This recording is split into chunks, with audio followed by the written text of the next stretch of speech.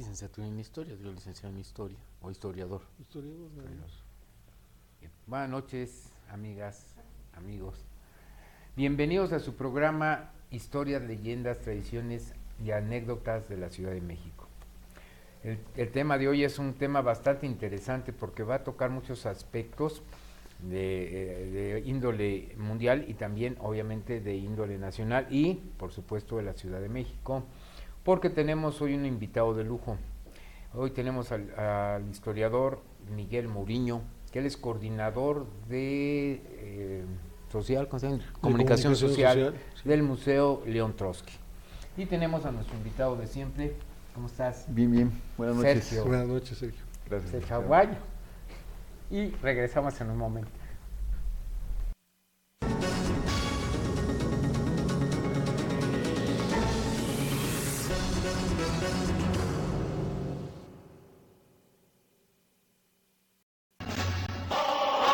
Trotsky fue militante revolucionario desde los 17 años.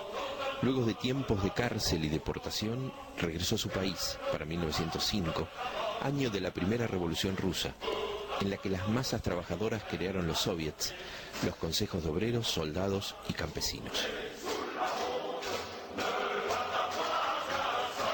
Con solo 26 años, fue elegido presidente del Soviet de Petrogrado y considerado el más destacado orador y dirigente de la revolución. Encarcelado y deportado a Siberia con toda la dirección del Soviet, fue tajante en su libro Balance y Perspectivas. El mundo está preparado para la revolución socialista, incluso en la atrasada Rusia. A la dictadura del capital, dominio de una minoría explotadora, había que oponerle la dictadura del proletariado, el poder de las clases oprimidas y explotadas. 1905 había demostrado la hegemonía política de la ciudad en un país mayoritariamente campesino. Para Trotsky, los trabajadores urbanos eran los que podían dar salida a las penurias de las masas campesinas, acaudillándolas hacia la toma del poder.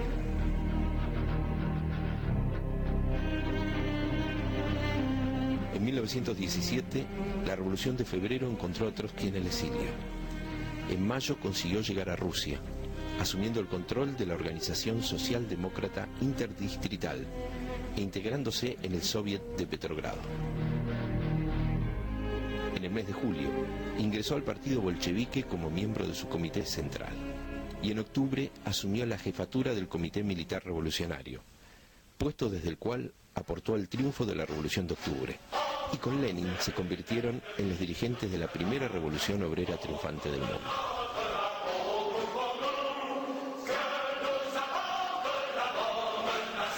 Como comisario de guerra, se encargó de la creación y dirección del Ejército Rojo. Su rol fue clave para la defensa de las grandes conquistas de la Revolución, enfrentando a 14 ejércitos imperialistas en la Guerra Civil. Lenin dijo: muéstreme usted otro hombre capaz de organizar en el término de un año un ejército que es casi un modelo y de ganarse el respeto de los especialistas militares. Nosotros tenemos ese hombre, lo tenemos todo y haremos maravillas.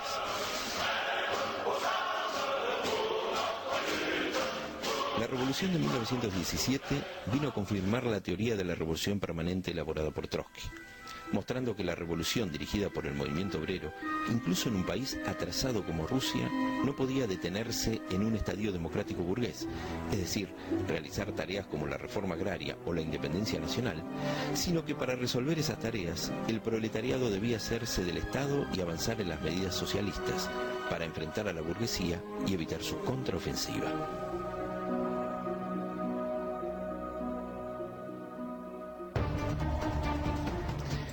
En 1927, las lecciones de la Revolución China le permitieron a Trotsky generalizar esta teoría. Ya no solo tenía validez para Rusia, sino para el conjunto de los países atrasados que por la situación en el terreno internacional y la relación de clases internas podrían llegar más rápidamente a la formación de un Estado obrero. Pero para alcanzar el socialismo, la clase obrera debía conquistar el poder en los países desarrollados en la perspectiva de la Revolución Mundial.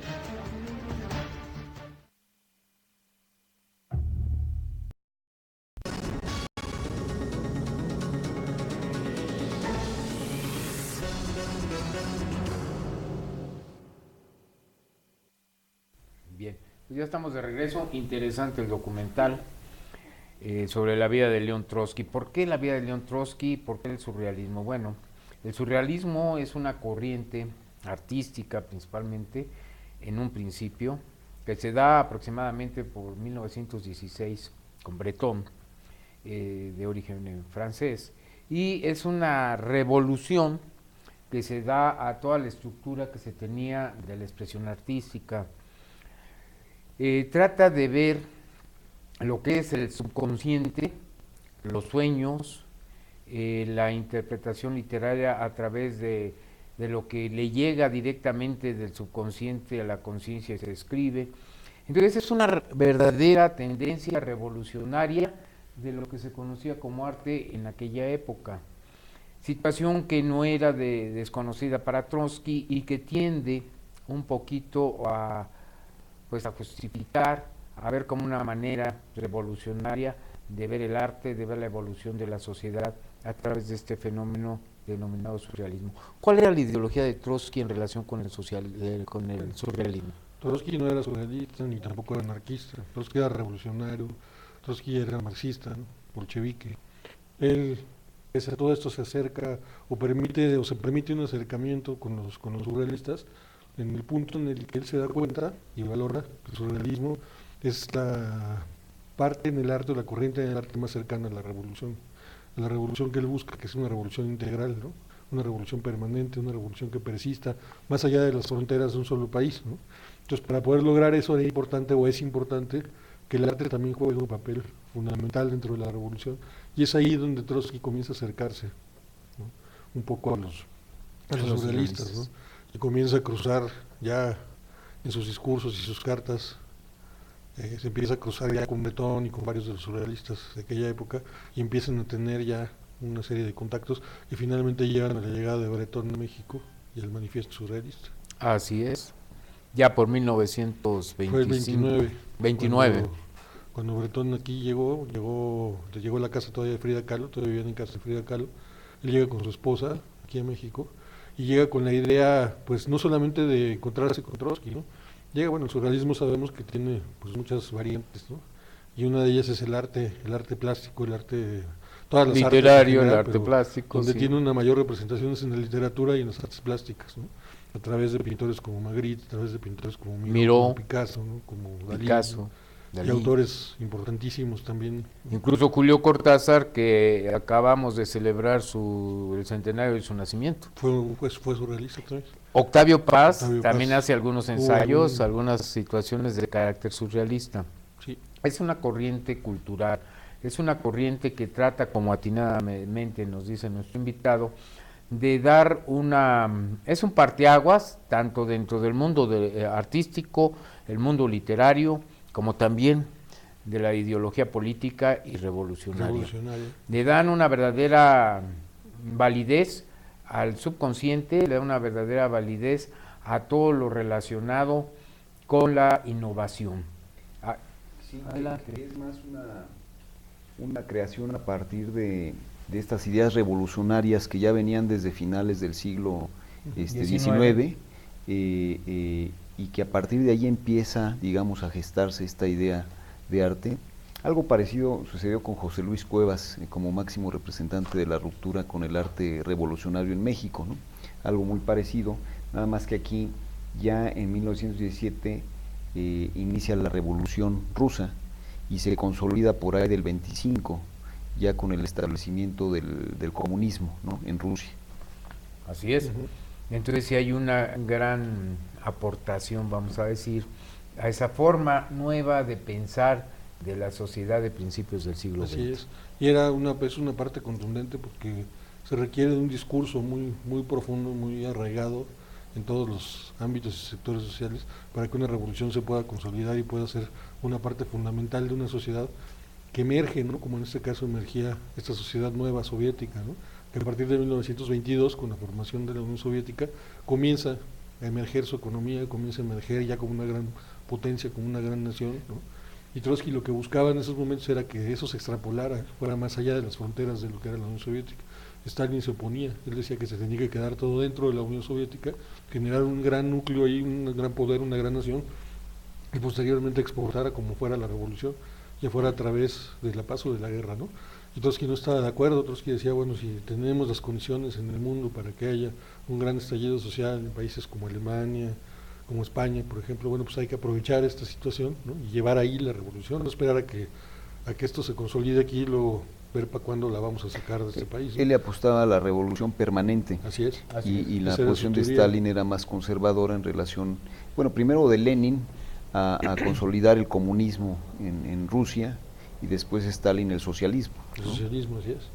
Y el problema se da cuando, bueno, Trotsky tenía esa visión de buscar que fuera más integral todo el movimiento revolucionario, y es ahí donde, ya les decía hace un rato, que se pega o se acerca al surrealismo, porque se da cuenta que las posturas surrealistas llevan a la gran mayoría de los grandes representantes del surrealismo a identificarse con las teorías y las ideas marxistas también, porque encuentran un punto de ruptura que se parece mucho al punto de ruptura que también hay entre la sociedad de esa época y los marxistas, ¿no? Entonces entran ahí los surrealistas, pero entran con una tendencia artística y no política, y mientras tanto los marxistas entran con una tendencia totalmente política y con nada de aportación en lo artístico. Entonces es ahí donde es tan importante que se unan estas dos el arte y la política, para poder consolidar un Estado verdaderamente poderoso, donde la educación más la política, más la formación cívica, más la formación, en este caso marxista, que después se llamó marxista-leninista, tuviera un sentido, ¿no? Y le diera a la revolución un cuerpo, una forma y pudiera pues consolidarse y reafirmarse ya como un nuevo, no solo como un nuevo Estado, sino como una nueva forma de sociedad y de vida, ¿no? Bueno, pues es muy interesante ver cómo una corriente artística que nace en Francia en el año de 1916-1917 llega a tener cierta relación con una revolución. Y algo que comentaba nuestro invitado, en el sentido de una revolución permanente, la ideología trotskista, una revolución permanente. Yo recuerdo algunos debates que se tuvieron en alguna época entre las diferencias entre una revuelta y una revolución. Y comentaba un gran amigo que la diferencia esencial entre revolución y revuelta es que la revolución tiene una verdadera filosofía, una filosofía de la revolución, mientras que la revuelta pues es una simple enfrentamiento antagónico de diferentes intereses sin que haya una verdadera filosofía. Aquí podemos ver que Trotsky toma algunas situaciones de la nueva corriente artística como es el surrealismo y lo adopta hasta cierto punto para dar un nuevo enfoque, esa teoría de la revolución, esa filosofía de la revolución. ¿Qué nos dice al respecto, licenciado? Bueno, además Trotsky jugó un papel importantísimo en la organización en la revolución. Es decir, él es el principal, digamos, luchador que toma el Palacio de Invierno de los Zares, y finalmente él se vuelve comisario de Relaciones Exteriores.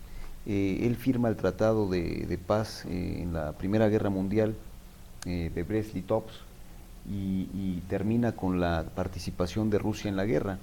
Posteriormente es nombrado comisario de guerra de 1918 a 1925 y ahí consolida al Ejército Rojo, no solamente en las digamos guerras con el exterior, sino también en el interior. Después de la revolución pues se viene esta guerra civil, ¿no? En Rusia, y vence, digamos, a todos los opositores de esta revolución, y es el gran líder de Rusia, ¿no? Después de Lenin. Así es. ¿Por qué esa controversia que se da entre Trotsky y Lenin? Y Stalin, fue entre Trotsky y Stalin, porque cuando pasa esta etapa que comentaba ahorita Agustín, que comentaba Sergio, perdón, que esta etapa en la que Trotsky se consolida como jefe del Ejército Rojo, es porque precisamente Lenin no le tiene la confianza total a Stalin, porque se da cuenta que es un tipo muy complejo, ¿no? Que tiene muchos intereses más allá de los que tiene la propia revolución del Estado, mientras que Trotsky es un tipo mucho más consistente con las ideas de la revolución, ¿no? Que además Trotsky creció con la revolución, se hizo con la revolución. Trotsky no era un revolucionario, Trotsky venía de una familia campesina, nació en Ucrania y llegó a su etapa preparatoriana sin saber absolutamente nada de política ni de nada, y cuando llega a esa etapa preparatoria es cuando empieza a despertar políticamente por todo lo que está sucediendo en Rusia, ¿no? Porque empieza la guerra ruso-japonesa, cae Rusia, pierde la guerra, hay un problema terrible, se viene una hambruna, hay un desastre total, ¿no? Los zares no pueden controlar este desastre, viene un estallido social, ¿no? Una revuelta, como bien decías, sin ningún sentido ideológico. Trotsky se da cuenta de eso. Dice, aquí lo importante para que esto funcione y para que haya un cambio es que haya una ideología, ¿no? Y es cuando se acerca él era menchevique, que quería decir mayoría, ¿no? La mayoría de los mencheviques eran personajes que estaban en contra del gobierno de los zares, que apoyaron un gobierno preliminar en Rusia, ¿no?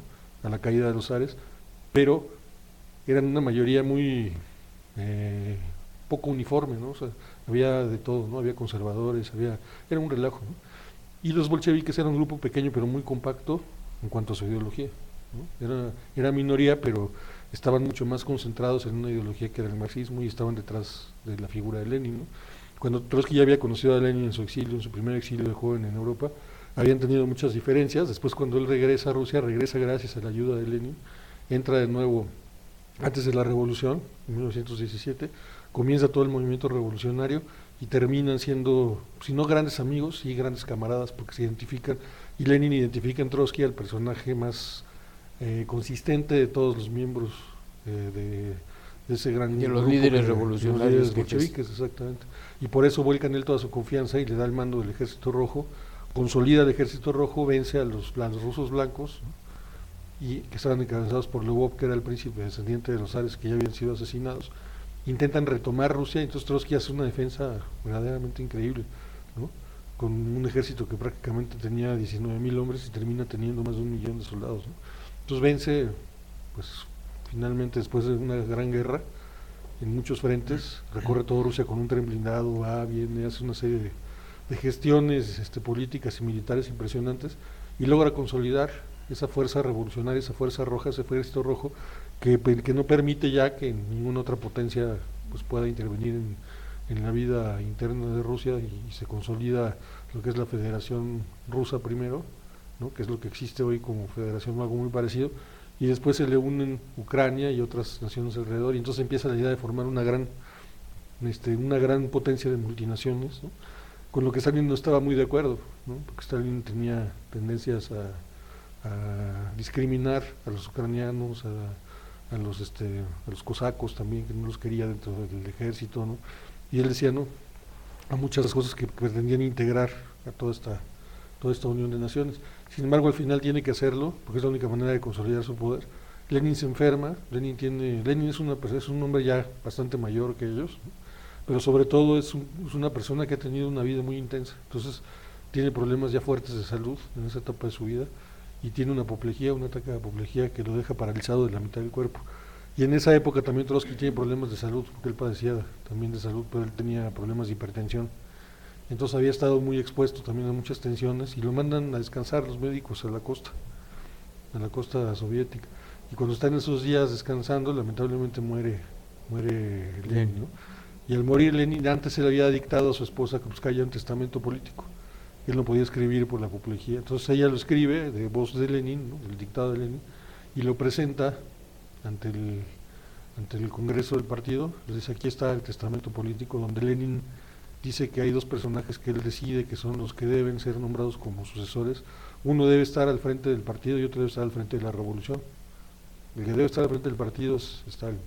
El que debe estar al frente de todo el país y de la revolución debe ser Trotsky. Stalin obviamente no está de acuerdo, él quiere todo el poder para él, sabe que Trotsky es un problema y no le va a permitir hacer lo que él quiere hacer, ¿no? Trotsky en ese momento no es que no esté interesado en el poder, es que él está pensando en la teoría de la revolución permanente desde que era muy joven, ¿no? Que él atrajo esa teoría de su primer exilio, y empieza a tratar a través de sus textos y de todo este desarrollo ideológico que él hace, de poder encontrar la manera de esa revolución, expandirla hacia otros países, y está concentrado en España y en Alemania principalmente, ¿no? Cuando él se da cuenta de lo que está pasando, o sea, cuando él ya entiende toda la realidad de lo que está pasando, es un poco tarde, porque muere Lenin, como ya les había dicho, y Stalin acusa a la viuda de Lenin de estar en contubernio con Trotsky, a Trotsky lo señala como traidor y dice que no está de vacaciones o que no está bajo un cuidado médico, sino que estaba haciendo en ese momento el una testamento conspiración político y la conspiración. Estaba haciendo una conspiración, él estaba supuestamente haciendo una conspiración con los alemanes para atacar a la Unión Soviética, a Rusia, ¿no? Entonces Trotsky regresa, empieza a defenderse, pero empieza a granjearse enemigos dentro del grupo de poder, no tanto porque no sean, no por enemigos per se, sino porque Stalin empieza a levantar una presión impresionante, porque él ya se había adueñado de todo el aparato del partido.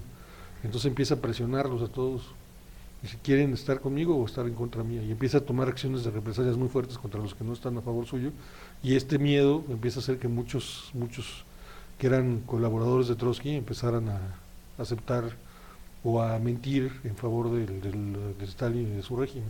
Entonces Trotsky se empieza a aislar y empieza a perder poder, es retirado del Ejército Rojo, y con él varios de los generales que estaban con él también. Empieza una purga muy fuerte, ¿no? Y empiezan a retirar estratégicamente, a meter a la cárcel y acusar de delitos graves a todos los que eran trotskistas prominentes, ¿no? Y que no habían cambiado de posición pese a la presión de Stalin. Y Trotsky se empieza pues a retraer, ¿no? Porque no tiene otra, o sea, no tiene forma de defenderse porque queda completamente desvalido, y lo mandan al exilio a las fronteras de Turquestán, ¿no? Y está muy cerca ahí de quedar fuera del territorio soviético, y eso lo ponía en peligro porque los rusos blancos a los que él derrotó estaban exiliados en Turquía y estaban muy cerca, estaban a unos pocos kilómetros de distancia. Entonces él pensaba o sentía o tenía el miedo de que hubiera un ataque contra él y lo asesinaran, igual los trotskistas, ¿no? Finalmente Stalin logra convencer al Politburó de los supuestos crímenes de Trotsky, y lo acusan del máximo delito, que es traición a la patria, y lo expulsan a él y a toda su familia, y le retiran la ciudadanía soviética además, a todos sus familiares. Pero no todos salen de Rusia, no todos les permiten salir. También eso lo hacen con la intención de dividir a la familia, ¿no? Se quedan los dos hijos y dejan salir a él y a su esposa nada más. Salen su esposa y Trotsky y se van a Principio de Turquía. Llegan a Turquía, primero en Turquía estaba Ataturk, que era el dictador, y Trotsky había tenido muchos problemas con él en declaraciones que Trotsky hacía, ¿no? En las que hablaba de que pues no había pues una afinidad política con el régimen turco. Entonces llega a Turquía y lo mandan a Principio, que es una isla que está en el Bósforo, donde siempre desde toda la historia de Turquía fue la isla donde se exiliaba a los príncipes que estaban en contra del régimen, ahí los mandaban, ¿no? Entonces ahí lo mandan como una señal de que pues él va a estar ahí, ¿no? Exiliado, y de alguna manera esa distancia con el continente lo protege también de la posibilidad de un ataque por parte de los blancos, de los rusos blancos. Y en Turquía vive muchos años, como 11 años más o menos, y está ahí en Turquía, en esta isla, haciendo una serie de trabajos muy importantes. Habla sobre España, habla sobre Alemania, habla sobre Europa, habla sobre muchas cosas muy importantes, y empieza a generar una serie de escritos en donde muestra su gran capacidad analítica, que eso es uno de los valores más grandes que tiene Trotsky como político y como revolucionario, ¿no? Por eso le decía a Doche el profeta, ¿no? Porque profetizaba de alguna forma las cosas, se daba cuenta, tenía una lectura muy avanzada de lo que estaba pasando, una capacidad de análisis muy grande. Y finalmente, al terminar su exilio en Turquía, él decide regresar al continente europeo, pide regresar al continente europeo, y llega a Francia con la esperanza de que el gobierno francés le permita estar pues ya por tiempo indefinido. Pero el gobierno francés, la idea es de derecha y no lo quieren ahí, y tampoco la izquierda francesa, que en este caso estamos hablando de los anarquistas, estamos hablando de muchos grupos franceses que no lo querían. Y hay una intensa campaña para expulsar a Trotsky de Francia, y finalmente lo logran, y le dan unos días para salir de Francia. Entonces llega a Dinamarca por un espacio de un poquito de tiempo, y de Dinamarca termina en Noruega, porque Noruega tenía un gobierno socialista, de corte socialista, un partido socialista, que era además afín con Trotsky. Lo reciben y pues llega a un lugar pues muy aislado, porque Noruega pues sabemos que es un país que está aislado prácticamente del resto del mundo por sus condiciones geográficas, y más a ese aislamiento le sumamos las presiones soviéticas sobre Noruega y sobre el Partido Socialista de Noruega, que terminan haciendo que Trotsky quede casi arraigado, no casi arraigado, en una pequeña casita de un pueblito de Noruega, donde no puede recibir correspondencia de nadie, y solo están él y su esposa y nadie más. Y a todos sus secretarios y amigos los mandan fuera de Noruega. Y entonces le dan pues un ultimátum, le dicen: tienes que estar hasta tal día y tienes que ir. ¿Pero a dónde me voy? En España no lo aceptaron, en ningún país de Europa lo aceptaron, En Inglaterra tampoco lo aceptaron, ¿no? En Estados Unidos lo intenta y tampoco lo aceptan, ¿no? Y entonces en ese ínterin está, cuando no sabe qué hacer, y es cuando se convierte en el gran hombre sin patria, ¿no? Y de pronto surge la posibilidad de llegar a México, ¿no? Porque aquí en México, un pequeño gran hombre al que mucha gente no conoce, que fue Octavio Fernández, era muy joven en esa época, que era sindicalista y que fue uno de los guardias mexicanos de Trotsky, él y su familia, junto con Diego Rivera, se ponen de acuerdo y deciden buscar el exilio en México para Trotsky. Entonces contactan con el brazo derecho de Cárdenas, que era el general Mújica, y Mújica habla con Cárdenas. Cárdenas le dice que sí a Mújica, que acepta el exilio. Él regresa con Rivera y le dice que sí, que se va a exiliar Trotsky en México, pero que hay que esperar a que Cárdenas dé su visto bueno, y él estaba en la parte de la frontera con Estados Unidos, en la laguna, toda esa zona de ahí de Torreón, y estaba repartiendo tierras y estaba arreglando varios asuntos. Pues hasta allá lo fueron a buscar Diego Rivera y este señor Fernández, con el chofer de Diego Rivera, que era Sixto, que era además todo un personaje también, y van hasta allá a buscarlo. Y justamente cuando estaban a punto de llegar, compran el periódico en un pueblito donde estaban y dice la primera plana que Trotsky fue aceptado en México y que ya estaba todo el asunto resuelto, ¿no? Pero ya estaban ahí, entonces llegaron hasta Cárdenas, los recibe el presidente, pese a que tenía una fila impresionante de gente que lo estaba esperando, ¿no? Esperando tener una audiencia con él. Los recibe y les dice: tienen 2 minutos, ¿qué quieren decirme? Pues decirle que qué necesitamos o qué necesita Trotsky para... No necesita nada, ya dije yo que sí, va a estar aquí. Yo no le puedo pedir a un revolucionario absolutamente nada. Un revolucionario sabe lo que hay que hacer, y él sabe lo que puede y lo que no puede hacer. Es un hombre de honor, es un revolucionario, eso es lo que yo sé, y por eso le permito el exilio. Además, es una función que como presidente de México yo tengo, y México es un país soberano y libre, y podemos hacer lo que nos dé la gana, y no importa las presiones que haya, él se va a quedar aquí, y se quedó en México. Bien, pues hemos llegado ya al punto culminante. Llega Trotsky a México, apoyado por el gobierno cardenista, con intervención de Diego Rivera y de Octavio Fernández, que fueron los que propiciaron la llegada de Trotsky a México. Ahora viene lo interesante. Como coordinador de... Ay, se me fue otra vez el nombre. Museo León Trotsky. Sí, pero comunicación social del Museo León Trotsky. ¿Qué podemos ver ya estando en México, en la Ciudad de México, en el siglo XXI?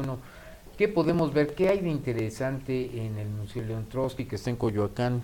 Pues de entrada estamos en una de las partes que son pues mágicas de la Ciudad de México, que es Coyoacán, ¿no? Que es una especie de corazón cultural, siempre lo ha sido de la ciudad, y ahí está enclavada la casa donde hoy está el museo, y ahí en esta casa pues está en exhibición permanente lo que fue la vivienda de León Trotsky, la casa donde él vivió, ¿no? Que se divide en su estudio, en la cocina, el comedor, un estudio que ocupaban los secretarios y guardias, y también su esposa, la recámara donde fueron atacados en alguna ocasión en un atentado por Siqueiros, el cuarto de su nieto, que hoy vive aquí en México, que es el único sobreviviente de la familia de Trotsky, un pequeño bañito, y es una casa muy sencilla, muy rústica, ¿no?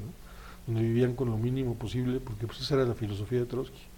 Él no buscaba más comodidades que las necesarias, ¿no? Y aparte tampoco tenía tantos recursos como para poder vivir de una manera más ostensible, ¿no? Ni tampoco lo buscaba. Él lo que quería era tener un espacio tranquilo donde poder trabajar, donde poder estudiar, donde poder escribir y donde mantenerse vivo hasta pues tener una mejor posibilidad de tal vez algún día poder regresar a la Unión Soviética. Esa idea de la Unión Soviética de poder expandir esa revolución y hacerla alguna cosa permanente, ¿no? Él le agregó esa idea hasta el final, pero nunca llegó a ese final, ¿no? Lo cortaron. Así es. Del Museo León Trotsky, ¿qué nos puedes decir? ¿Qué le podemos recomendar a nuestros amigos que visiten? ¿Qué cosas se ven ahí? Bueno, vale la pena comentar que León Trotsky, cuando llega a México, vivió primero con Diego Rivera en la Casa Azul, y estuvo allí un tiempo, pero posteriormente se dieron ahí pues algunos contactos con Frida Kahlo, amorosos, fueron amantes, y tuvo que salir de esa casa, y con algunos recursos que pues algunas asociaciones le ayudan, él puede comprar esa casa, porque él la compra. Él la compró el Partido Socialista de los Trabajadores de Estados Unidos, a la familia Turati, que eran los dueños, y se la donaron a Natalia, Sedova. Trotsky no aceptó el donativo de la casa, pero Natalia sí lo aceptó. La esposa. Quedó a nombre de ella la casa. Y ahí vivieron año y medio, ¿no? Hasta que fue asesinado Trotsky, ¿no? Sí, y hay 2 intentos de asesinato. Primero, uno en mayo. Dicen que fue Siqueiros, ¿verdad? ¿Y sí se comprobó? Sí, fue. Sí, estuvo en la cárcel. Sí, estuvo en la cárcel. Fue uno de los participantes, ¿no? Fue, digamos, el de más renombre, el más conocido. Pero el atentado lo organizó un español, un espía español que trabajaba en México, del que nunca se ha sabido su identidad correcta, ¿no? Pero se sabe que era un español, que era pues, enviado de la NKVD, que en esa época era la policía política de la Unión Soviética. Así y entonces y bueno, pues en esta casa Museo de León Trotsky vamos a observar pues muchos de sus escritos, mucha de su literatura. Sí, hay una biblioteca impresionante, una biblioteca personal de él todavía queda. Ajá. Y queda también el Fondo Rafael Galván, que es otra biblioteca, que es el Fondo Rafael Galván. Fue senador de la República y fue el primer sindicalista que tuvo que ver con Luz y Fuerza, fue gobernador del estado de Michoacán también, y él donó su biblioteca al morir al gobierno de la Ciudad de México. Y en el año de 1990, cuando el museo fue fundado como museo público, el gobierno de la Ciudad de México, a través de Manuel Camacho Solís, que era el jefe de gobierno, y de Alejandra Moreno Toscano, que tenía la dirección de, no me acuerdo, pero bueno, era la mano derecha de él, donan al museo al día de su fundación todo este acervo. Y ahorita este acervo es la parte fundamental, digamos, del Centro de Documentación Biblioteca Rafael Galván, que tiene como finalidad poder ser la columna base para poder levantar el Instituto del Derecho de Asilo, porque el nombre del museo, su nombre completo es Instituto del Derecho de Asilo, Museo Casa de León Trotsky. Ese fue el nombre que se le puso, es una asociación civil que lleva ese nombre, la que rige el museo, y se hizo esto para poder en un momento futuro como ahora generar este instituto, ¿no? Y entonces una parte fundamental es esta base de centro de documentación que se está formando en la biblioteca.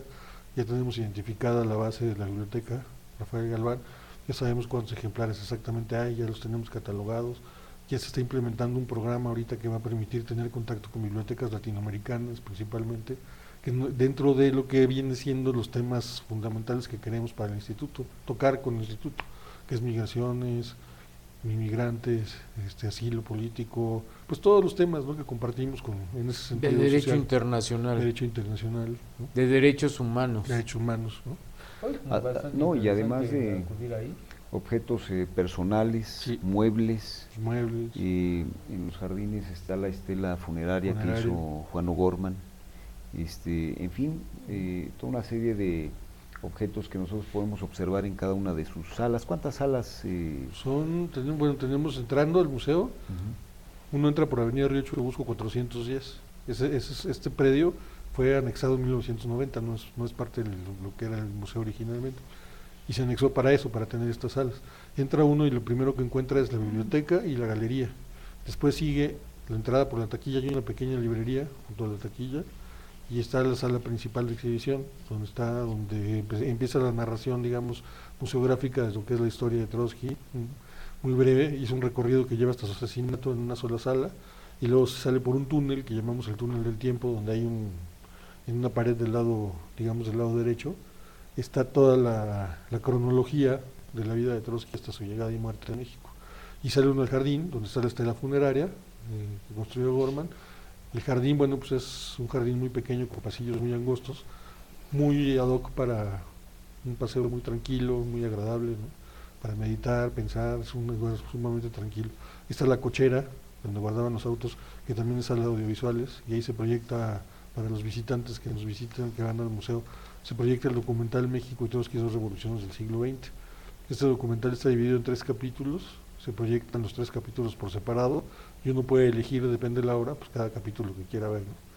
Y puede, después hay el recorrido, ¿no?, que tiene 2 entradas la casa, se puede entrar por el estudio de los guardias o se puede entrar por el comedor, y uno recorre lo que es la casa, que tiene una forma como de T, sale por cualquiera de las 2 entradas y pasa a la casa de guardias, que es un edificio contiguo que construyó Trotsky cuando llegó ahí. En esta casa de guardias vivían los personajes que siguieron a Trotsky, fueron su protección durante mucho tiempo, que son personajes de los que se ha hablado poco, pero que fueron fundamentales para que Trotsky pudiera llegar y estar vivo, ¿no?, todo el tiempo que estuvo aquí y en otros países. ¿Cuántos años estuvo Trotsky en México? Estuvo de 1937 a 1940. llegó aquí en enero del 37 y murió en agosto de 1940, son casi 3 años. ¿Y su esposa en qué año muere? Ella murió 22 años después, 22 años en 1962 me parece, una cosa así, no recuerdo exactamente, pero fueron 22 años después. ¿Y de en la México muerte. también murió? Murió en París, En París. pero vivía aquí.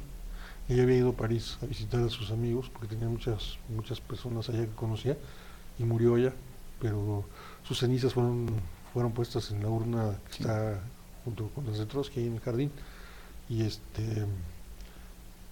no me acuerdo qué le iba a decir, pero bueno, están en la urna las cenizas y de los guardias de Trotsky destaca uno de ellos que lo acompañó desde Prínquipo hasta Coyoacán, que su nombre era Jan van Hegenort. Él fue un matemático prominente que vivió y murió en México también. Él le acompañó a Trotsky hasta Coyoacán y de Coyoacán se regresa a Europa. Primero se fue a Estados Unidos y luego a Europa y años más tarde regresa a México, se casa aquí y finalmente es asesinado por su esposa por un arranque de celos, ¿no?, en Cuernavaca. Ah, caray. Ya en una etapa muy posterior a lo de Trotsky, ¿no? Pero este hombre escribió un libro que se los recomiendo mucho, que ahorita lo pueden encontrar. El único lugar donde está es en la biblioteca, en la librería del museo, que se llama Con Trotsky, de Prínquipo a Coyoacán, de Jan van Hegenort. Es un libro muy pequeño, pero con una historia maravillosa de un personaje que mejor que nadie puede hablar de esa etapa de Trotsky desde Prínquipo hasta Coyoacán, que es una etapa muy importante en su vida, ¿no? Claro. Y más que nada, ¿qué le recomendamos a nuestros amigos que deseen pues conocer un museo tan atractivo? ¿Tienen acceso a los libros? ¿Tienen acceso a la Sí, biblioteca? se puede. Ahorita todavía la biblioteca no está abierta al público, pero ya este año se va a abrir, en el 2015 se va a abrir. Ahorita solamente mediante permiso especial se puede acceder a la biblioteca, para algunos investigadores, para algunas cosas especiales. Está la librería, que cuenta con muchísimos títulos muy importantes y que no se consiguen casi en ninguna otra parte. Tenemos la galería, donde cada 2 meses inauguramos exposiciones pictóricas.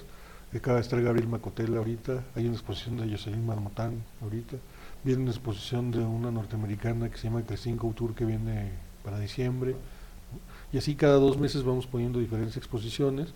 Tenemos ciclos de cine que este año fueron dedicados a puros directores, ¿no?, a Martin Scorsese, a varios directores de cine que han pues manifestado a través del cine de arte pues una serie de temas que nos interesa difundir como Instituto del Derecho de Asilo. Tenemos ciclos de poesía 2 veces al año, se llama Poesía en el Aire, Estación Primavera y Estación Otoño, donde hemos presentado a poetas, donde ha estado inclusive Javier Sicilia, han estado poetas como el hijo de Efraín Huerta, David Huerta ha estado ahí, María Baranda también ha estado ahí, o sea, poetas de gran renombre en México pues han estado en estos ciclos. Hicimos un ciclo de poesía indígena el año pasado en noviembre, que fue dedicado a Carlos Montemayor. ¿Por qué? Carlos Montemayor fue miembro del consejo directivo del museo y promovió las lenguas indígenas también, entonces pues se hizo ese ciclo. Este año se iba a hacer un ciclo para conmemorar a Max Rojas también, porque fue director del Museo León Trotsky en una etapa también, pero no se pudo hacer este ciclo, no se culminó, posiblemente lo hagamos para primavera del siguiente año. Y tenemos una serie de presentaciones de libros, de coloquios que tienen que ver con el psicoanálisis por la liga que esto tiene con el surrealismo.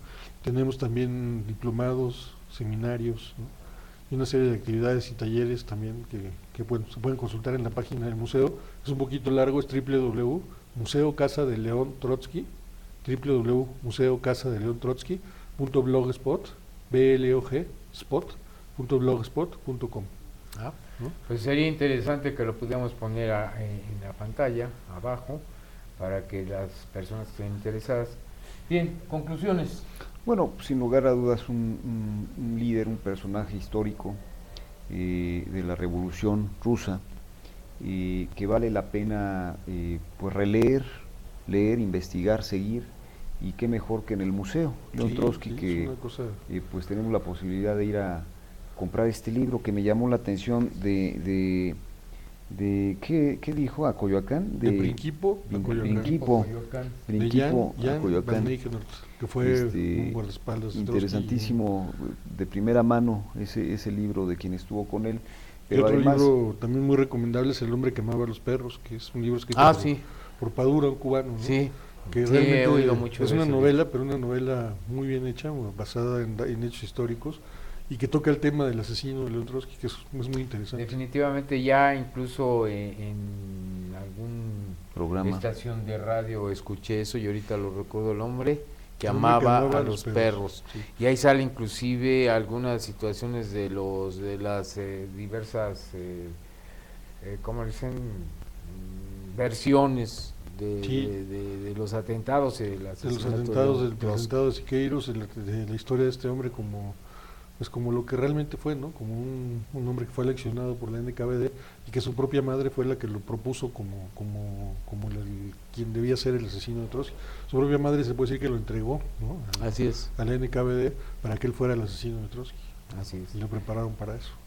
Bien, pues hemos llegado a feliz término y sí quiero recomendarles que vayamos a hacer un recorrido con la casa de León Trotsky y obviamente la casa de Frida, Que está muy cerca, porque nos vamos a transportar a ese México naciente, ese México pujante, con toda una ideología revolucionaria que acaba de pasar en México, como la primera revolución social del siglo XX, con todo el cardenismo, que también es muy interesante, el boom industrial de los años 40, la nostalgia que nos deja impregnada en esas paredes Frida, el aspecto de Trotsky como amante de Frida,